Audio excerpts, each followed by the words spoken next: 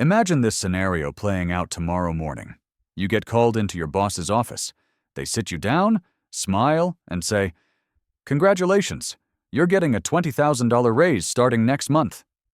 Your pulse quickens. A huge grin spreads across your face. In that instant, you think, this is finally it. Everything's about to change. More freedom, less worry, the life I've been waiting for. But here's the question that stops most people cold.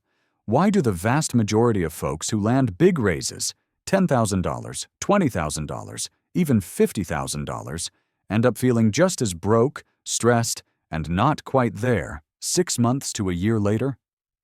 The excitement fades fast, and the same old cycle returns. Why does that happen over and over? Think back 5 or even 10 years. You had a dream number in your head. Maybe it was $70,000 a year. Back then, that figure felt like pure magic. It promised security, no more scraping by at the end of the month. It meant you could finally relax, take a real vacation without guilt, maybe even start building something for the future. Freedom. Peace. That number was going to fix everything. Fast forward to today. You've either hit that number or blown past it. You're earning what once seemed impossible, yet somehow, nothing feels dramatically different. The stress is still there. The anxiety about money creeps back in. That nagging voice whispers, "It's still not enough." How does that even make sense? How can crossing a finish line you once obsessed over leave you standing in the exact same emotional spot? What you're stuck in has an actual scientific name. Psychologists call it the hedonic treadmill, sometimes called hedonic adaptation.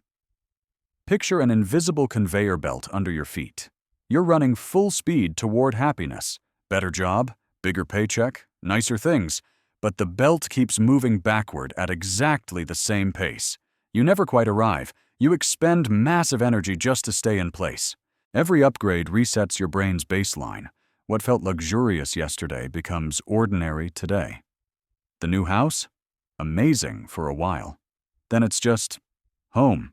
The higher salary? Thrilling at first. Then bills and expectations expand to match. Better quietly morphs into normal, and suddenly you're chasing the next level again. Here's the hard truth. Your brain wasn't wired for constant happiness. Evolution designed it for survival, not bliss. It rewards progress and novelty because those things historically meant better chances of staying alive, finding food, status, mates. Once something becomes familiar and safe, your brain downplays it. Dopamine spikes fade. The thrill disappears. That shiny new salary feels euphoric. For maybe 3 to 6 months. A luxury car? The wow factor lasts half a year at best. Then it just becomes your ride to work. Your brain shrugs and says, "Okay, cool. What's next on the list?" It's not betrayal. It's ancient programming running in a world of endless upgrades. This is where things turn dangerous. Income rises, and without conscious effort, spending rises right alongside it. You upgrade the apartment to something nicer. The phone gets replaced with the latest model. Clothes shift from basic to premium brands. Subscriptions pile up. Streaming, gym, meal kits, apps you barely use. Takeout becomes 3 times a week instead of once. Before you know it, your monthly expenses have inflated at the same rate as your paycheck, or faster. You're technically richer on paper, with a higher net worth number staring back from your bank app. But in daily life? You're just as trapped. The freedom you expected never materializes because the goalposts moved. Let's look at the numbers, because they're eye-opening. Recent studies show that even among high earners, financial stress is widespread. For example, around 40% of Americans making over $300,000 a year report living paycheck to paycheck. Yes, $300,000 plus, luxury cars in the driveway, beautiful homes, and still anxiety every time a bill arrives or an unexpected expense hits. This isn't rare. Surveys from major financial institutions confirm it. Lifestyle inflation turns high incomes into high-maintenance lifestyles. It's not a lack of money. It's a lack of control over mindset and habits. The problem isn't earning more. It's how we adapt to earning more. Wanting more isn't the villain here. Ambition is human. Desire for improvement drives progress. The real issue is automatic, unexamined wanting. We buy because that's what people at my level do. We upgrade because it's time, or because everyone else is. Social media flashes highlight reels, new watches, vacations, homes, and suddenly our old stuff feels inadequate. We spend without pausing to ask the critical question, do I actually care about this? Will this truly add value to my life, or am I just reacting to external cues? Mindless upgrading keeps the treadmill spinning faster. Here's where science offers hope.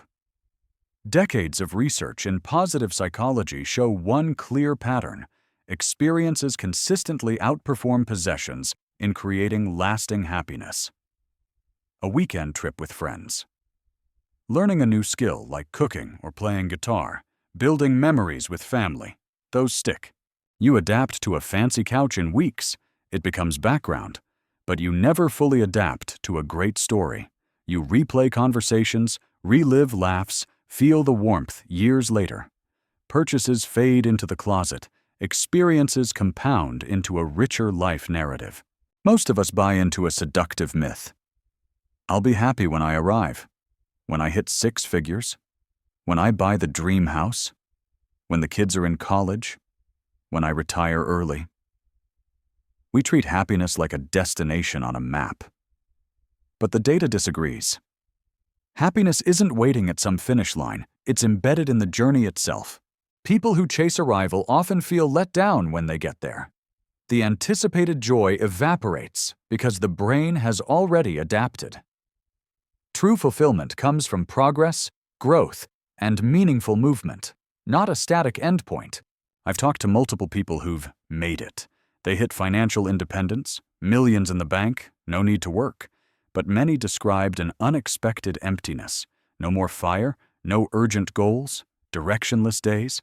They spent decades grinding for freedom, only to find the freedom felt hollow without purpose. The high lasted weeks or months at best. Then the old treadmill quietly restarted. New desires, new comparisons. They realized too late. The chase itself provided structure and meaning. Stopping without replacing it left a void. So how do you actually step off? Step 1. Create a deliberate lifestyle anchor. Before the next raise hits, decide in advance. What percentage goes to spending? What to saving/investing? Make it a rule, not a feeling. For example, 50% of any raise invested, 30% to lifestyle, 20% to fun/debt payoff. Stick to it ruthlessly. This prevents emotional inflation. You grow wealth without growing the trap. Step 2. Regularly practice the contrast gratitude exercise. Spend a minute imagining losing what you have. Job gone, home gone, health issues. Feel the weight. Then open your eyes. Realize it's still yours. That sharp contrast floods you with appreciation. Studies show this simple habit powerfully counters adaptation. Gratitude doesn't just feel good. It resets your baseline upward without needing more stuff. Step 3. Shift your focus from accumulating things to buying back time. Money's real power is freedom. Hours not sold to a job. Every dollar invested wisely becomes future time you don't have to trade. You're not just buying index funds, you're buying mornings without alarms, afternoons with family, the ability to say no to draining work. Prioritize assets that generate passive income over status symbols. Time freedom compounds faster than any luxury purchase. The hedonic treadmill isn't evil. It's just outdated human software running in a modern consumer world. Advertising bombards us. Social media amplifies comparison. Culture equates more with better. But once you're aware, you can interrupt the loop. Awareness is the off switch. Redefine success on your terms. It's not endlessly earning more. It's reaching the point where you confidently say, "This is enough." Choosing calm over constant pressure. Time and relationships over toys and status. Meaningful growth over endless accumulation. When you internalize that, the running stops. you finally start living. Fully, presently, gratefully. If this video shifted how you see money, happiness, and the endless chase, drop a like, subscribe if you're not already, and turn on notifications. We're building real freedom here, not chasing illusions. Drop a comment. What's one thing you'll do differently after watching? Let's talk about it. See you in the next one.